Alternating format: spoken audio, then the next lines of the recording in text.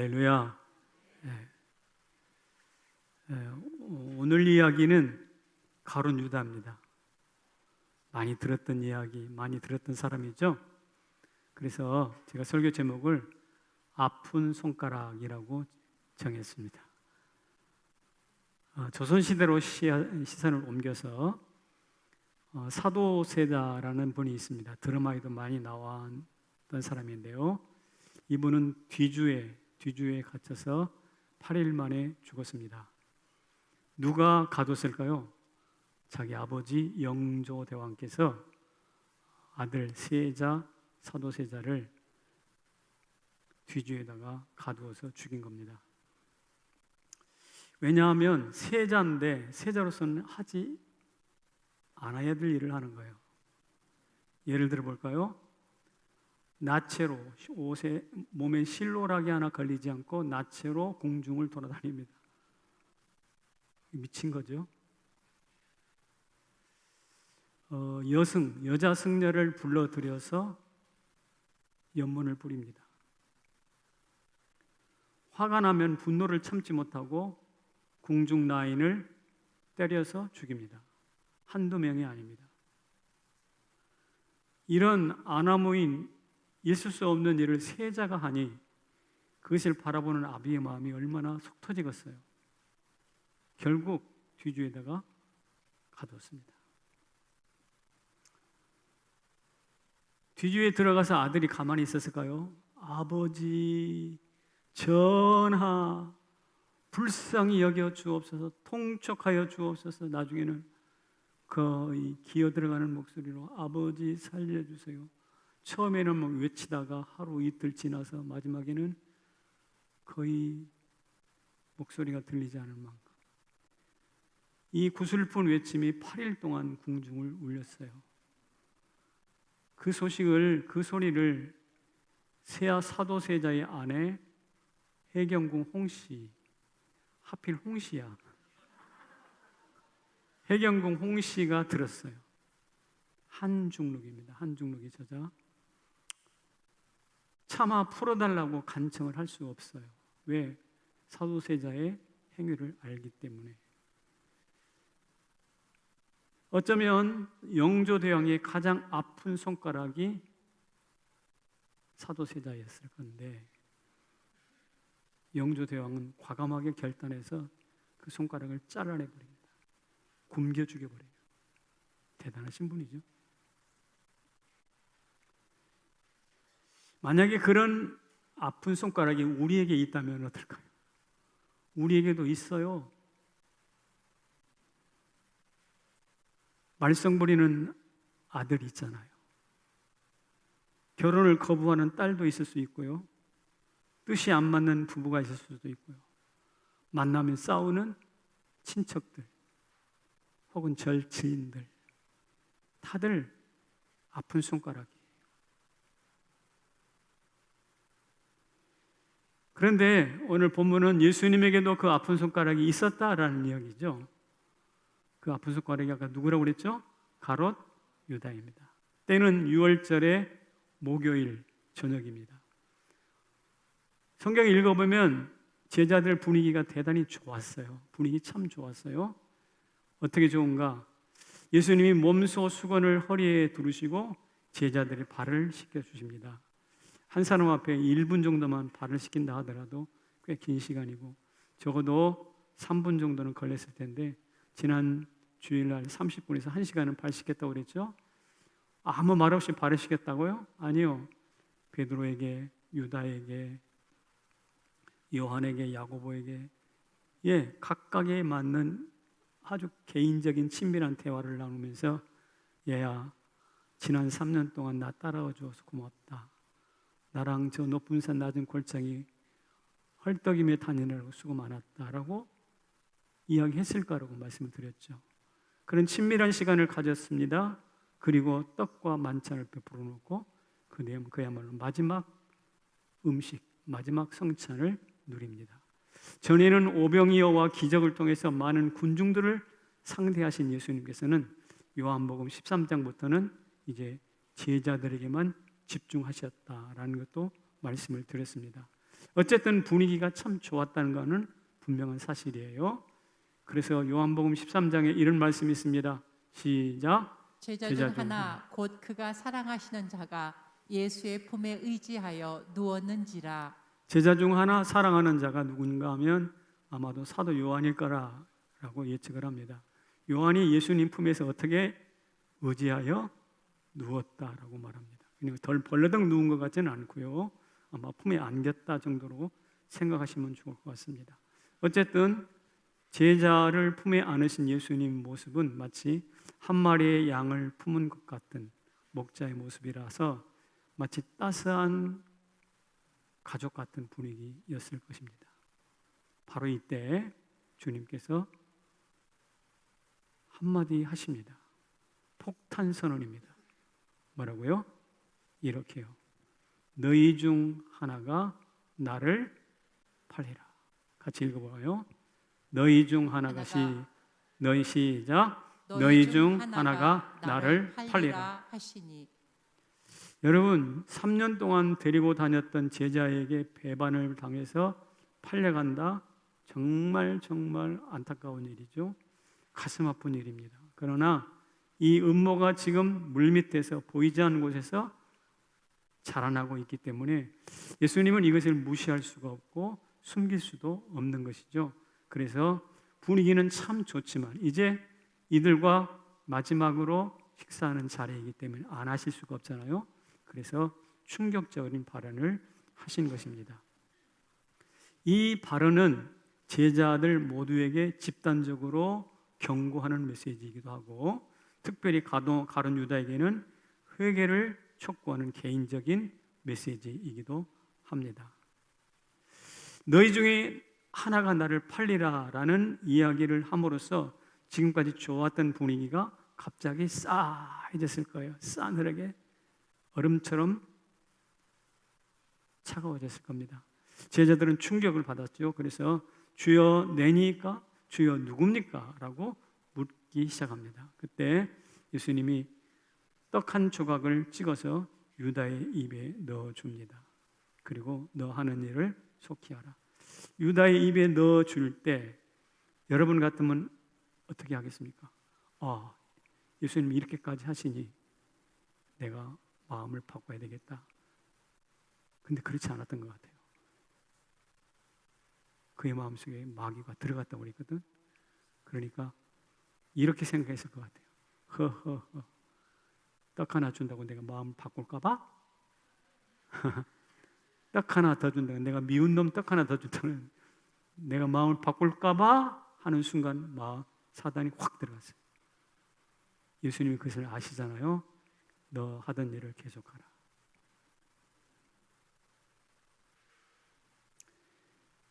그래서 유다의 행로가 어떻게 되느냐면 너희 중 하나가 말씀하시고 떡 한 조각 입에 넣어주시고 너 하던 일을 속히 하라 하다 나중에는 밤의 어둠 속으로 외출하는 일련의 유다의 행적이 오늘 본문 안에 그대로 나타납니다. 자, 그렇다면 여기서 질문해야 합니다. 예수님은 과연 유다를 정말 미워하셨을까? 제껴놓은 자식처럼 질시하셨을까? 그렇지 않습니다. 영조대왕은 자기 아들을 피가 섞인 아들을 과감하게 아픈 손가락으로 잘라내 버렸지만 예수님은 그러시지 않았습니다. 예수님은 유다를 일컬어 마귀라고 너희 중에 하나는 마귀니라라고 지칭하시기도 하셨지만 그리고 마귀가 그의 마음속에 예수를 팔 생각을 집어넣은 것도 아셨지만 그럼에도 불구하고 그를 잘라내지 않았습니다. 그를 어떻게 해요? 팔시켰잖아요. 그에게 성찬을 베풀었잖아요. 끝까지 포기하지 않고 회개할 기회를 주시기를 원했습니다. 이게 바로 선한 목자 예수님입니다. 요한복음 뒤에 가면 나는 선한 목자라는 이야기 괜히 나오는 것이 아닙니다. 예수님이 가룟 유다를 향한 태도는 이렇게 말할 수 있습니다. 읽어볼게요. 시작. 감사하나 촉구하다. 이게 바로 가룟 유다를 향한 예수님의 마음이에요. 성경학자 크레이크 키너라는 사람이 있는데 그분이 두터운 책을 써서 이 예수님의 성만찬 자리에 설명을 좀 덧붙였어요. 그는 말하기를 예수님의 양옆에 베드로가 앉은 것도 아니고 야고보가 앉은 것도 아닙니다. 양옆에 이 두 사람을 꼭 앉혔을 것이다. 하나는 누구? 사도 요한, 하나는 또 가룟 유다. 제임스 보이스는 더 구체적으로 요한이 우편에 앉았고 유다가 좌편에 앉았을 것이다. 이렇게까지 이야기를 합니다. 자, 그림을 좀 보여드릴게요. 바로 저런 장면입니다. 저 장면은 가운데 예수님이 계시고 이 턱을 개고 이렇게 있는 사람이 있죠. 앞에 하얀 옷 입으신 분 예수님 앞에, 그게 사도 요한입니다. 그리고 동글뱅이 빨간 그 원으로 들어가 있는 물구멍이 쳐다보는 저 사람이 가룟 유다입니다. 그러니까 유다가 예수님의 왼편에 있죠. 그리고 사도 요한은 예수님의 오른편에 있어요. 다른 그림 하나 보여드릴게요. 이 그림은 반대예요. 엎드려 있는 사람 사도 요한이죠. 예수님의 어디 있어요? 좌편이에요. 그리고 한 사람 또 물끄러미 무표정하게 쳐다보는 사람 동글방이 가룟 유다입니다. 어쨌든 두 그림을 통해서 몸을 굽혀서 예수님 품에 누워있는 요한과 그냥 뻘쭘한 표정을 가지고 이게 뭐야 하는 표정을 가지고 있는 유다를 볼 수가 있습니다. 저 그림이 던지는 메시지는 무엇이냐면 가룟 유다는 제껴놓은 아들이 아니라, 제껴놓은 제자가 아니라 예수님께서 최측근으로 거느리고 어디요? 양 옆에 앉혔던 사람이라는 것을 알 수가 있습니다. 자리를 최대한 배려하셨습니다. 발도 씻기셨습니다. 떡과 잔을 베푸셨습니다. 특별히 떡 한 조각을 찍어서 입에 넣어 주었습니다. 여러분, 요새 대통령이 해외 순방 때문에 문제가 많지만 만약에 미국의 바이든 대통령이 우리 윤 대통령을 불러가지고 옆자리에만 앉히고 발도 씻겨주고 떡도 찍어서 입에 넣어주고 막 그랬다면 이게 세계적인 기사거리예요. 대서특필했을 거예요. 아마 우리나라 언론들은 책 난리가 났을 거라고. 그렇겠죠? 그런데 그런 환대를 누구에게 베풀었는가? 예수님이 가룟 유다에게 베풀었다는 뜻이에요. 특별히 떡 한 조각을 찍어서 주다, 찍다, 주다라는 동사는 예수님께서 죄를 용서하는 성찬을 베풀 때, 죄 용서를 위해서 성찬을 베풀 때 행하셨던 동사, 예수님의 그 행위를 동일하게 표현하는 동사예요. 그러니까 이 말을 다른 말로 바꾸면 전체 제자들에게 성만찬을 베푸신 것은 물론 특별히 가룟 유다에게만 또 떡을 찍어서 줌으로써 특별 성찬을 가룟 유다에게 또 베푼 거예요. 무슨 뜻인지 이해가 되시죠? 그러니까 예수님은 절대로 가룟 유다를 포기한 게 아니라고, 오히려 더 특별한 의미로 특별 만찬을 그에게 1대1로 베푸셨다고요. 그러니 너희 중에 하나가 나를 팔리라라는 것은 비록 폭탄 선언처럼 들리긴 했지만 유다를 제껴놓은 제껴놓은 제자가 아니라 어떻게 해요? 감싸 안으시는 사랑의 표현이었습니다. 이런 강력한 사랑의 표현을 받아들이기는 고사하고 유다는 발로 찹니다. 그리고 사단에게 사로잡힙니다. 그리고 어둠 속으로 사라져버립니다. 빛으로 오신 예수님 곁에서 3년을 머물다가 어떻게 해요? 어둠 속으로 사라지는 이 가룟 유다의 뒷모습을 보세요. 대단히 철행하고 안타깝기 그지없어요. 이게 요한이 보여주었던 성만찬 마지막 장면이에요. 유다의 마지막 장면이에요. 그래서 우리는 유다가 그렇게 예수님 팔았네 하고 쏙 성경을 덮어버리면 안 되겠죠. 우리 오늘 이 본문을 굉장히 심각하게 읽어야 될 텐데 이 본문이 주는 경고를 몇 가지로 받아야 될 것입니다. 저는 많은 교훈을 받을 수 있겠지만 그 중에 3가지를 정리해서 여러분과 나누려고 합니다. 첫째는 뭐냐면 읽습니다. 시작. 분위기가 아닌 핵심을 붙잡아라. 제자들의 모습을 정리를 해보면 세베대의 아들들의 어머니가 우리 아들 하나는 예수님 우편 하나는 좌편에 앉아주세요 라고 청탁한 장면이 누가복음에 나옵니다. 그러니까 곧 예수님은 십자가에 못 박혀 죽을 때인데 우리 아들 출세시켜 주세요. 자리 청탁한 것입니다. 이것을 바라보고 나머지 제자들이 화를 냈다고 그랬어요. 왜 너희들만 가냐? 왜 특별히 너희냐? 우리는 뭐냐? 똑같이 자리 다툼을 하고 있었습니다. 그러다가 분위기가 좀 좋아졌네요. 푸짐한 성찬이 준비되어 있네요. 그러다 보니 깜빡 놓친 게 있어요. 예수님이 발을 씻겨주네요. 성찬을 베풀어 주셨네요. 깜빡 놓친 게 있다고. 그게 바로 뭐냐면 예수님이 적어도 3번 나는 십자가에 못 박혀 죽을 거야. 십자가 사건, 복음의 핵심 사건 십자가를 잊어버리고 있었던 것입니다. 좋은 분위기와 이런저런 자리 다툼에 빠지고 발을 씻겨주고 먹을 것 잔치 자리를 베풀고 하니까 그들 눈에는 십자가는 보이는 것이 하나도 없어요. 결국 예수님의 폭탄 선언을 듣고 나서야 주여 내니까 정신을 차리고 묻는데 이미 유다는 어떻게 해요?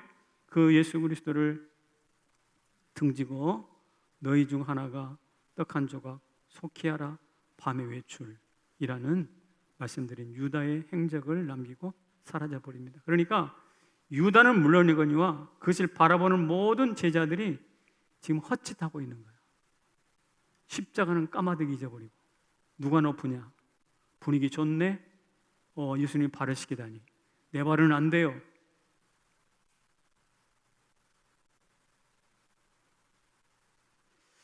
그런데 제자들만 분위기에 쏙 빠져가지고 핵심을 놓치고 있는가? 이것은 아마 현대인들은 더 할 겁니다. 우리는 더 할걸요? 우리는 얼마나 분위기를 좋아하는지 몰라요. 차를 마실 때 깜깜한 곳에 가서 지하다방에 가기를 원해요? 아니면 전망 좋은 데 가서 마시기를 원해요? 성가대, 여러분 표정이 말하고 있어요 벌써. 전망 좋은데, 그래서 전망 좋은 집이라든지 카페라든지 뭐 숙소 뭐 이런 건 동나이에요. 동나서 너도 나도 가려고 하니 자리가 없어요. 분위기를 얼마나 좋아하는지.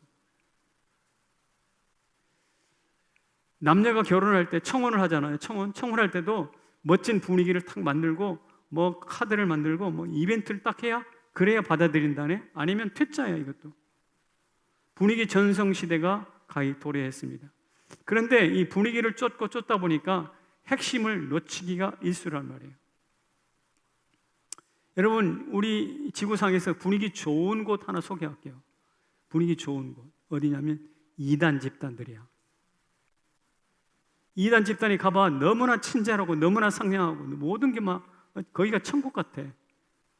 근데 거기는 복음의 핵심을 이미 발로 차버렸잖아. 마치 유다가 예수님 3년 동안 따라다니면서 헛짓한 것들은 똑같은 이야기입니다. 그러나 이것처럼 우리가 분위기 쫓고 핵심을 놓치면 얼마나 비참한 결과가 온다는 사실을 명확하게 알고 있잖아요. 사랑하는 성도 여러분, 우리도 30년, 40년 예수를 믿지만 헛짓할 수도 있다는 사실. 분위기에 따져서 핵심을 놓치면 헛짓할 수 있다는 사실 꼭 기억하시길 바랍니다. 교회도 그렇더라고요. 이게 뭐 좋은지 나쁜지는 모르겠지만 그 교회 예배 분위기 좋던데. 아니 성만찬 자리도 분위기는 좋았지. 근데 그 중에 가룟 유다가 있었어요, 없었어요? 있었잖아요. 그래 분위기가 중요하긴 하겠지만 분위기가 전부가 아니라는 것. 핵심을 놓치면 안 된다는 것. 반면 성경에 보면 핵심을 절대로 놓치지 않았던 한 사람이 있습니다. 누군가 하면 느헤미야예요. 느헤미야는 저 페르시아 수도에서 자기 고향 예루살렘까지 수천 킬로를 이동해서 자기 관직을 내버려 두고 왔습니다. 뭐 하러 왔을까요? 예루살렘 성벽을 다시 쌓기 위해서 왔어요. 성벽을 쌓으려고 하니까 도비아라는 대적이와가 나타나고 편지를 써서 협박을 합니다. 너희들 성벽 쌓으면 내가 가만히 있지 않을 거야. 비방합니다. 야야 너희들이 쌓는 성벽을 보니까 하도 허술해가지고 여우가 올라가면 곧 무너질 정도로 웃기는 성벽이다. 그런 성벽을 쌓아서 뭐 하겠니? 하면서 비방합니다.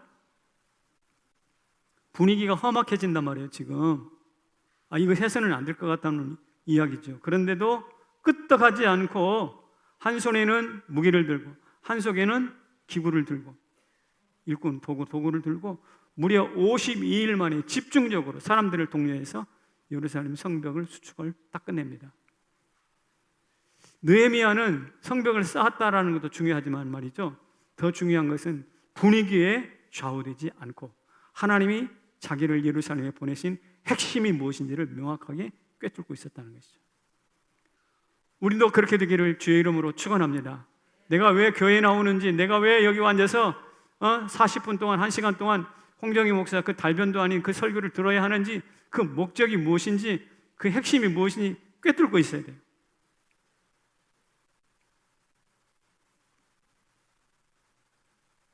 지금 우리가 붙어야 할 핵심을 소개해 드리겠습니다. 코로나 이후 더 강하게 해 주십시오. 강하게 해 주십시오. 라고 기도를 해왔는데, 그럼 어떻게 해? 여길 봐야 됩니다. 이것은 3년 전에 붙여놨어요.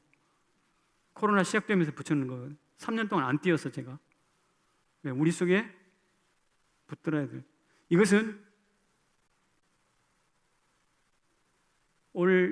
작년 중반부터 제가 하나님 앞에 엎드리면서 계속 기도했어요. 하나님, 코로나 이후 뭘 하는 게 강해지는 겁니까? 뭘 하는 게 강해지는 겁니까? 라고 질문 꾸준히 했어요. 주께서 주신 마음이 뭐냐면, 야, 성경에 보면 큰일이라는 말이 있고 새일이라는 말이 있다. 시편에 있는 말씀이죠. 오늘 우리가 붙들어야 될 핵심이 무엇이냐면 하나님이 하실 큰일입니다. 할렐루야. 하나님이 하실 새로운 일입니다. 할렐루야. 여러분 각자 개인에게도 큰일을 행하실 것이고 새 일을 행하실 줄로 믿습니다. 저한테 큰일이 있습니다. 우리가 이런 말 많이 해요. 야야, 큰일 났다, 큰일 났어. 예기치 않는 어려운 일이 발생하면 야야, 큰일 났어, 나 좀 도와줘. 큰일입니다. 그런데 그 나의 큰일이, 재앙 같은 나의 큰일이 축복 같은 하나님의 큰일이 될 줄로 믿습니다. 이것이 바로 오늘 우리가 이 자리에 나와서 핵심을 붙들어야 되는 이유라는 것이죠. 성남제일교회 큰일, 지난 3년 동안 하나님이 행하셨는데 뭘 행하셨는가? 교육관 올라가 보세요. 교육관 6층부터 쫙 다 바꿨어요. 안 올라가 보신 우리 권사님들 한번 가보세요. 깨끗하게 쫙 됐어요. 거기 6층에 가면 거의 방송국 수준으로 장비를 쫙 갖다 놨어요. 네? 안 올라가면 성가들도. 성남제일교회 성도 맞아요? 6층. 여러분 저 뒤에 교육관 접견실 보시라고. 3층에 가보면 새가족실 깨끗하게 잘 정리해놨어요. 그것만 한 것이 아닙니다. 요 뒤에 주차장이 있는데 여러분 주차를 못하게 해서 죄송하긴 한데 거기에 차 몇 대 세우는 것보다 더 중요한 것은 다음 세대가 중요하다. 하나님의 큰일이거든 이게. 우리 다음 세대가 더 중요한 일. 그래서 차 다 빼고 거기다가 돈 거의 1억 가까이 들여가지고 저걸 만들어놨어요. 지금 제 목소리 잘 들리죠? 이게 거의 17년, 18년 된 것이었어요. 옛날 오래 썼습니다. 최고의 제품은. 근데 소리가 찌그러지고 안 들려. 그래서 지금 이거 바꿨잖아요. 이게 거의 3천만 원 들었어요. 냉방 지난번에 막 더워가지고 난리 났었잖아요. 더워서 고장 나가지고 우리 오늘 집사님이 돈 700만 원 헌금하셨어요. 그래서 깔끔하게 고쳤어요. 그러니까 우리가 모르는 사이에 교육관과 음향과 냉방, 보수 이런 시설들이 거의 이제 완벽하게 고쳐졌어요. 하나님이 행하신 큰일 중에 큰일입니다. 우리의 눈은 코로나밖에 보이는 게 없어. 세상은 코로나밖에 보이는 게 없어. 세상은 전쟁밖에 보이는 게 없어. 그러나 보이지 않는 곳에서 하나님은 우리 나름대로 하나님의 계획을 따라 큰일을 행하셨다 이 말입니다. 우리 교회 안에 눈으로 보고 있잖아요. 우리가 3년 만에 청년 수련회가 제가 되었고 여름 성경학교도 제게 되었어요. 하나님의 행하신 새 일은 뭘까? 제가 하나님께 질문해 봤어요. 하나님, 우리 교회의 새 일이 뭡니까?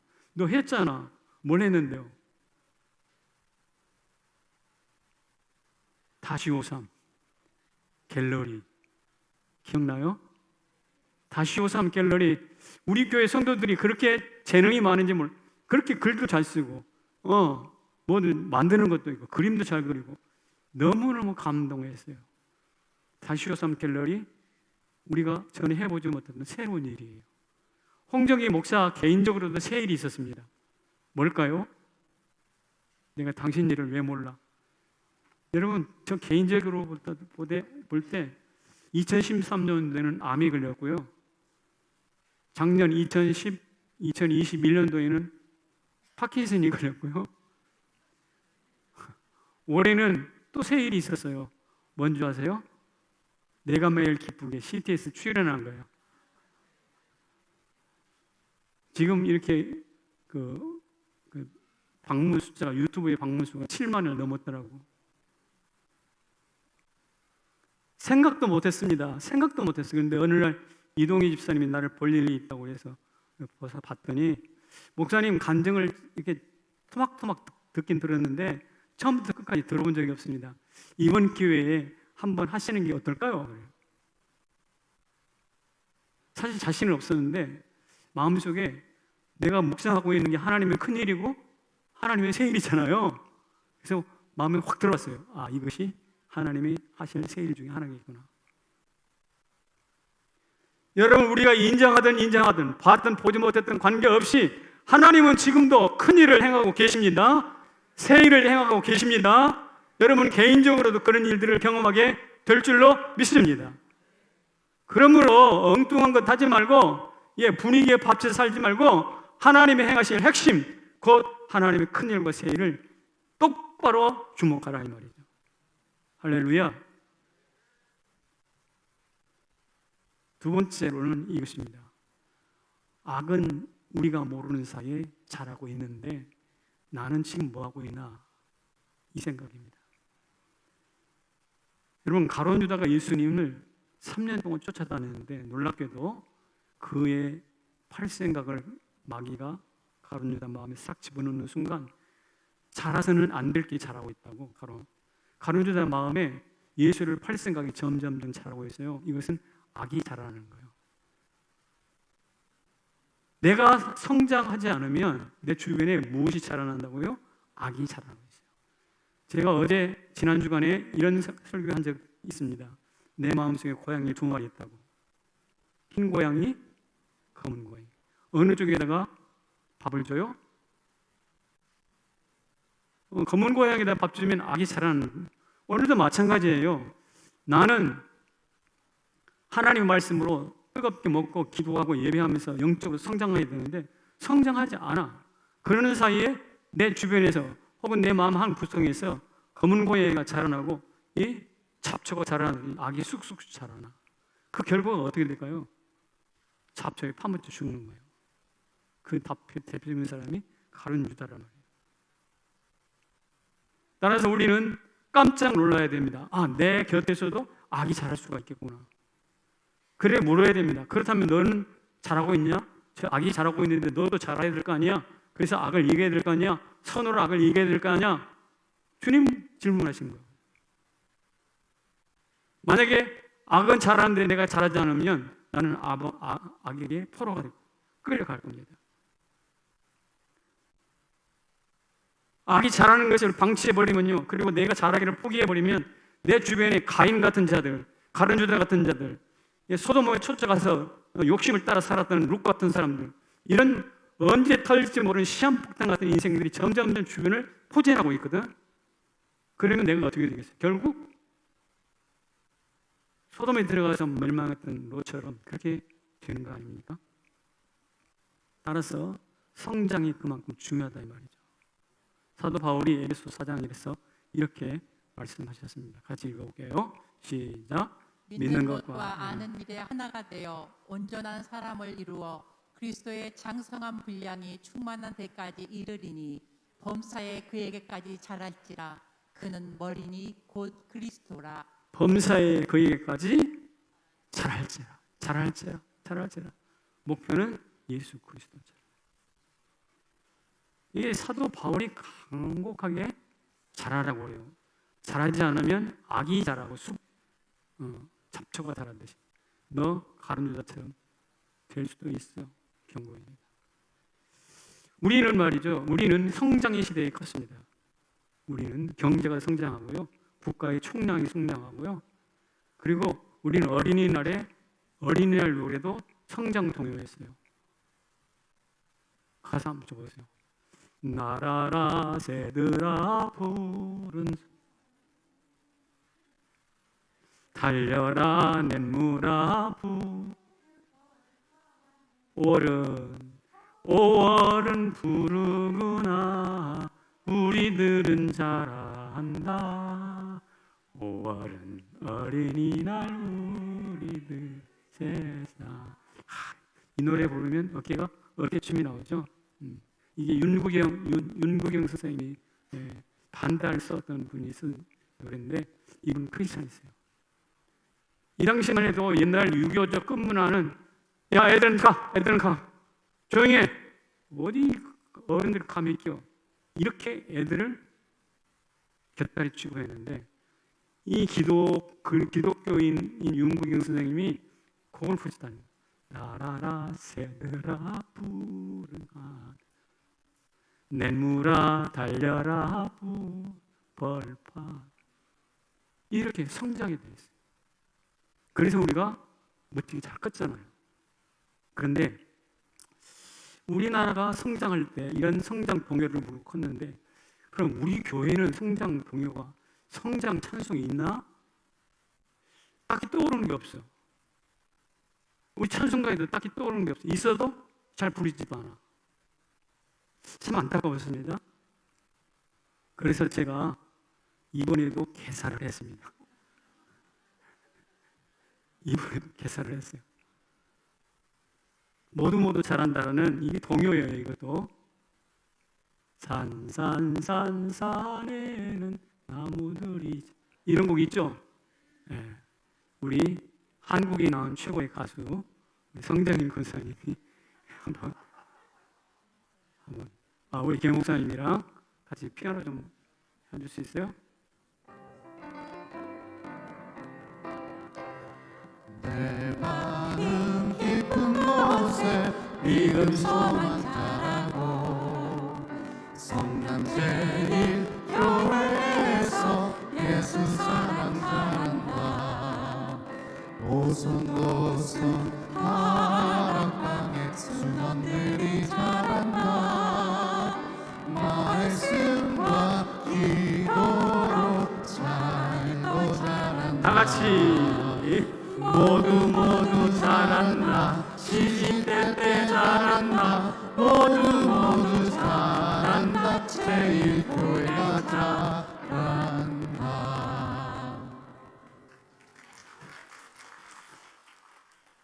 가사를 이번에 괜찮게 쓴 것 같죠? 이제서야 합격을 주시네. 고맙습니다. 내 말은 무슨 말이냐면 우리 안에 성장에 대한 열망이 사그러졌다. 그러니까 사회가 어떻게 돼요? 자꾸 뒤처져. 성장 노래를 불렀던 시대는 잘 컸어. 그 사람들이 커서 뭐가 되는가? 경제 성장의 주체가 됐어요. 자유민주주의를 건설하는 데 주체가 됐어요. 오늘 사도 바울이 그러기 때문에 그리스도에게까지 자라라고 말씀하고 있어요. 그리스도에게 자라는 세대를 통해서 이 사회와 교회가 바뀔 줄로 믿습니다. 따라서 핵심을 놓치지 말아야 할 뿐만 아니라 놓치지 않고 내가 자라야 됩니다. 우리가 자라야 됩니다. 이번에 훈련사에게 들어온 사람이 몇 명 되죠? 김 목사님? 한 90명 돼요? 한 90명 정도 돼요. 나머지 사람들은 다 어디 가서 뭐해? 지금? 나머지 사람 다 어디서 뭐해요? 성장해요. 내가 성장하지 않으면, 내가 지형이 넓어지지 않으면 사단이 와가지고 내 땅 다 뺏어 먹어버려. 그리고 잡초가 막 무성하게 자라가지고 숨어서 내가 압살된단 말이죠. 세 번째, 이것입니다. 같이 읽어봅시다. 시작. 실체가 드러나는 언박싱을 대비하라. 이 언박싱이라는 말은 박스를 포장을 푼다 이런 뜻이에요. 언박싱. 이게 좀 어감이 안 좋아서 잘 안 쓰는 말인데 요새는 많이 쓰는 말이래요. 그 뭐냐면 삼성의 갤럭시 핸드폰이라든지 이런 좋은 제품을 이제 세상 앞에 처음 내놓을 때 언박싱 한다 그래요. 그러니까 많은 사람들이 기대감을 가지고 보겠죠. 근데 오늘 우리에게도 이 실체, 우리의 실체가 고스란히 드러나는 언박싱의 때가 온다는 거예요. 유다가 예수님 따라다닐 때는 몰랐어요. 돈을 맡았을 때도, 돈깨를 맡았을 때도 몰랐어요. 그가 도둑놈인 줄. 그러나 떡 하나를 입에 넣어줄 때에 그의 비루한 모습이 언박싱, 베개라에 드러났습니다. 그런데 이 날이 오늘 우리에게도 온다 이 말입니다. 따라서 우리도 대비해야 해요. 윌로코리트 빌 하이비스 목사가 이렇게 질문했습니다. 당신 홀로 있을 때 그 당신은 도대체 누굽니까? 당신은 홀로 있는 그 당신, 그 모습 그대로가 바로 당신의 진면목이에요. 오늘 교회 나왔을 때 말고, 옷을 깨끗하게 단장했을 때 말고, 나 홀로 있을 때 세수도 안 하고 눈곱도 안 끼고 치아 양치도 안 하고 넓어져 있는 그 모습이 진짜 당신이다. 저도 여러분에게 묻고 싶습니다. 어떻게요? 체면 속에 숨겨진 당신을 누구 싶습니다. 지금 마스크 쓰고 마스크뿐만 아니라 보이지 않는 체면 가면들을 수십 개씩 쓰고 있는 오늘 우리들인데 그 저편에 숨겨져 있는 우리는 뭐냐 이 말이죠. 우리는 예수님이 보여주시는 품꾼 비유에서 늦게 온 사람일 수도 있고 일찍 온 사람일 수 있어요. 그러나 그 교훈이 우리에게 가르쳐주는 핵심 교훈이 있습니다. 너희 중에는 놀랄 사람도 있다. 너희 중에는 실망할 사람도 있다. 그러나 분명한 것은 너희 중에는 너희 모두는 다 계산해야 한다. 너희 인생 살아온다.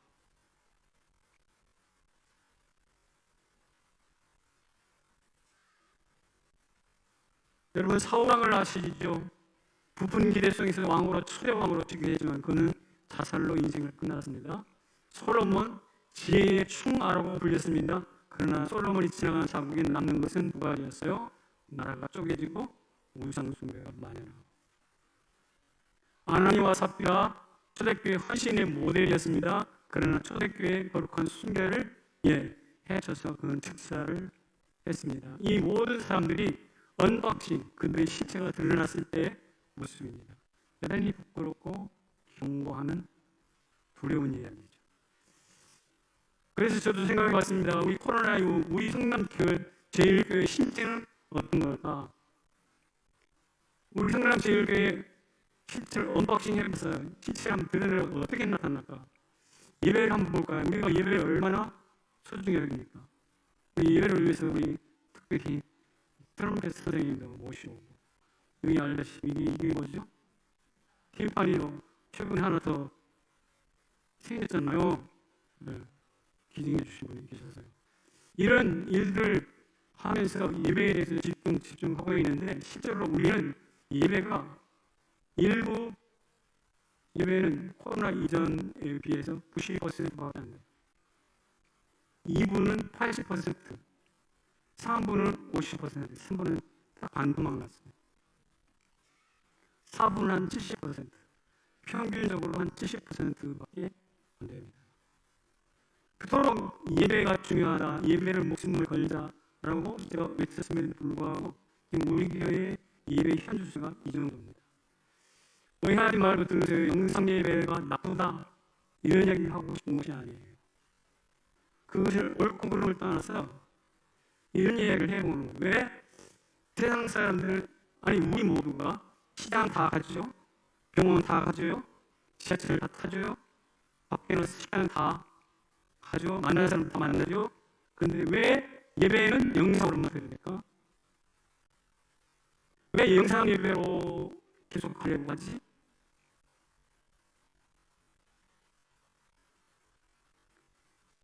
내일부터는 마스크도 여기서 안 쓴다고 그러네요.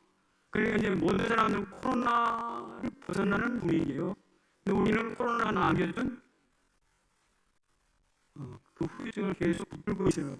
좋아서 붙들고 있는 것 같아요. 내가 볼 때는. 그게 바로 무엇으로 나타나는가? 유독 영성 예배를 고집하는 것으로 나타나고 있어요. 저는 여기는 두 가지 이유가 숨겨져 있다고 생각합니다. 첫 번째는 더 좋은 것을 선택하려고 하잖아요. 예수님이 음식장만에 바쁘던 마르다와 예수님이 발치에 앉아서 예수님 말씀을 선택했던 두 사람 중에 누구를 추천하죠? 마리아입니다. 음식이 아니라 말씀을 선택했던 마리아, 내가 더 좋은 것을 선택했구나 말씀하셨어요. 우리도 신령과 진정으로 드리는 최선의 예배, 현장 예배를 드리는 것이 옳다고 생각합니다.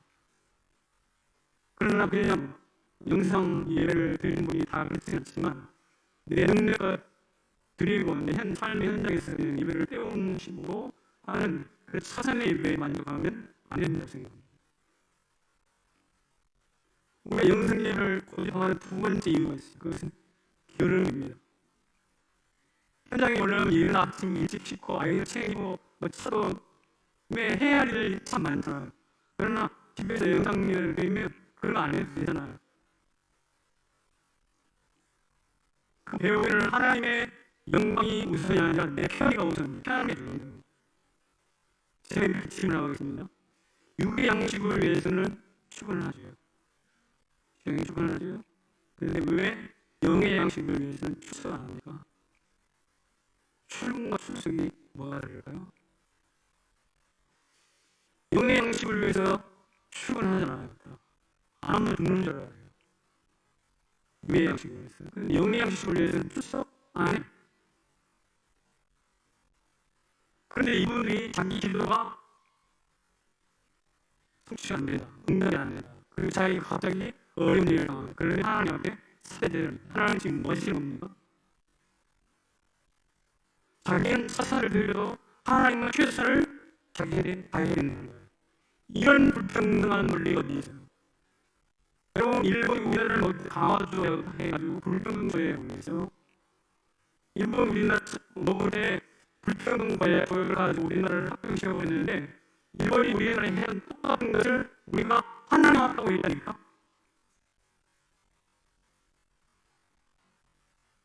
이게 무엇입니까? 저는 코로나의 후유증이 있습니다. 코로나가 남기는 승세예요. 따라서 이것을 떨쳐버리기 위해서도 현장 예배에 옳든 그든 영상 예배에 옳든 그든 관계없이 현장에 나오는 거예요. 아멘이세요? 현장에 나와서 우리의 최선을 드려야 되는 것이죠. 제가 이 자리를 빌어서 30%에 해당하시는 성도 여러분께 정중히 요청합니다. 현장으로 나오십시오. 그것을 촉진하기 위해서 제가 말로 말하고 끝내는 게 촉진하기 위해서 제가 만든 것이 광장 페스티벌이라고. 오산 광장 페스티벌. 언제? 10월 10일 어디서? 방송국에서. 다 오실 거예요?